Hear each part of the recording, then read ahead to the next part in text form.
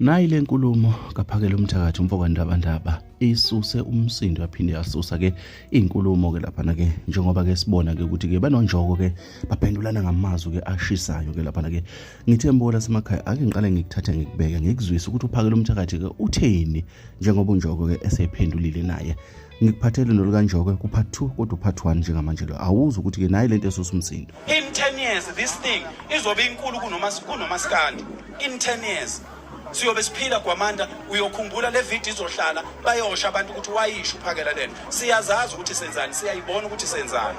lento in 10 years izobe inkulu kunomaskandi ngoba omaskandi manje insizwa zicula ingoma ziculela thina icula insizwa icula ingoma efuna ilalelwe yimi njengoba ngiyinsizwa ngingalo nansi ingane yami indodana yami kufanele ngilalela ingoma eculwa umuntu wesilisa ethi umuntu wesilisa sengiqomile kusho umuntu wesilisa fanele mina ngivula umsakazo ngilalela ingoma eculwa umuntu wesilisa ethi useqomile siyini ubunsizwa obuthini lobo abantu besifazana abaculi bethu besifazana bebaningi kangaka why bengayiculi leyo ngoma leyo why iculwa umuntu wesilisa leyo ngoma leyo mfowethu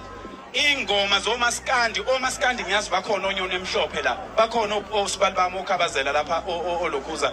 ubani umfowethu umbuzeni usibali ukhona la nezinsizwa zonke zakwamkhizi naba umaskandi bonke abanye engingabazi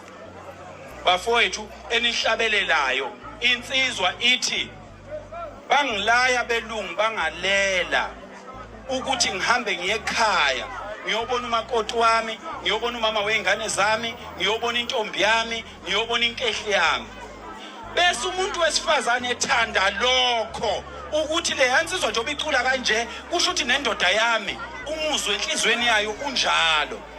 hayi ukuthi indoda ithi yona isiqomile iculele thina fanele ngivula umsakazo kuphela ibhethi lami ngilalela indoda ithi iqomile mina ngixoleleni bafowethu ngeke ngiyilalele mina imbhudane mina ngiyilalele imbhudane thina siphathe induku sifuna indoda ithi ngiyobe ngikhona ngelanga elithile ngiyobe ngibethene nomfoka sibanibani so insizwa zakithi siyacela mina ngiyanicela insizwa zakithi uyabona nje bani baningi kangaka la akekho umuntu okungahlatshwa kubo la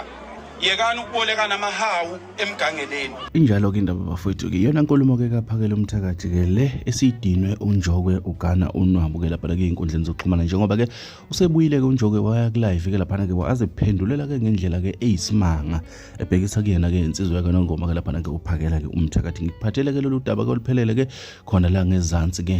engithi ke lo part 2 la khona uNjoko ke aziphendulela khona bengifuna nje ukuthi uthathe ke amagama ambalwa asho uPhakelumthakathi ke mase ke uyenkulumeni ke kaNjoko uzoke embola semakhaya ke ukuthi ke ukhona ke uburong noma ke abukho kule nkulumo mina ke ngisiqiniseko esemedia ke ngisathi shelele angibambe ngezansi odabeni olulandelayo.